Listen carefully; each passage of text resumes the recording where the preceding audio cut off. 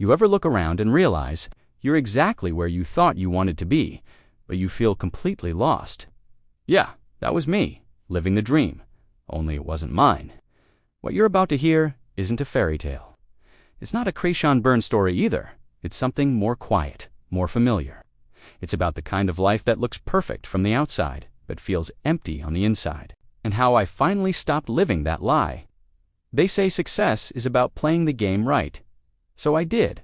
I wore the suit, smiled at all the right people, made 6 figures before 30, had the high-rise apartment with floor-to-ceiling views that looked great on Instagram.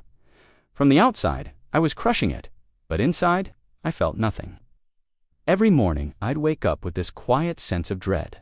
Like I was heading somewhere I didn't belong, but couldn't admit it out loud, so I buried it with late-night work.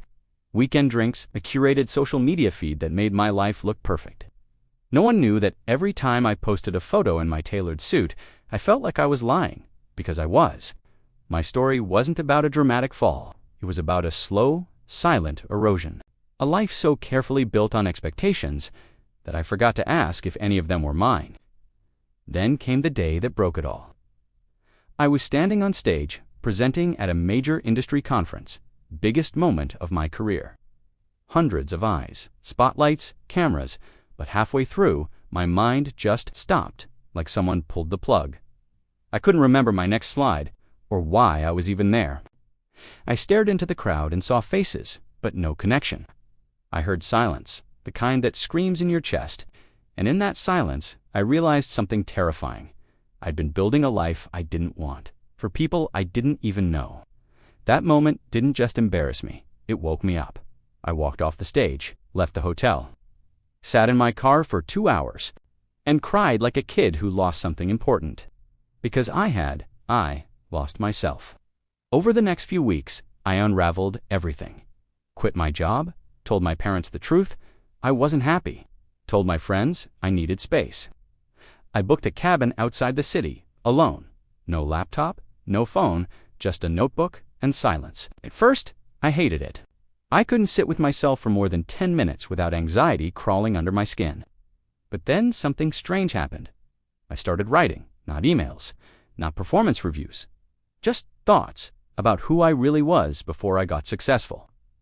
What I actually cared about, what made me feel alive. I remembered I used to draw, so I started sketching again. I remembered I loved long walks, so I wandered trails for hours. I started feeling again, and for the first time in a decade, I wasn't performing. I wasn't chasing, I wasn't pretending, I was just living. A year later, my life looks completely different. I don't make 6 figures. I don't wear suits, I freelance part-time, and I paint. I see my family more. I laugh more. I sleep better.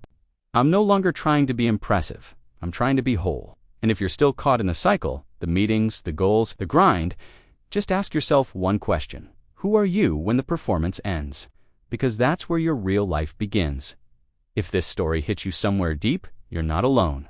Share your own story in the comments. Like the video if you ever felt like you were living someone else's dream. Subscribe for more stories that speak to the soul, not the algorithm. Sometimes success isn't what you build. It's what you're brave enough to walk away from.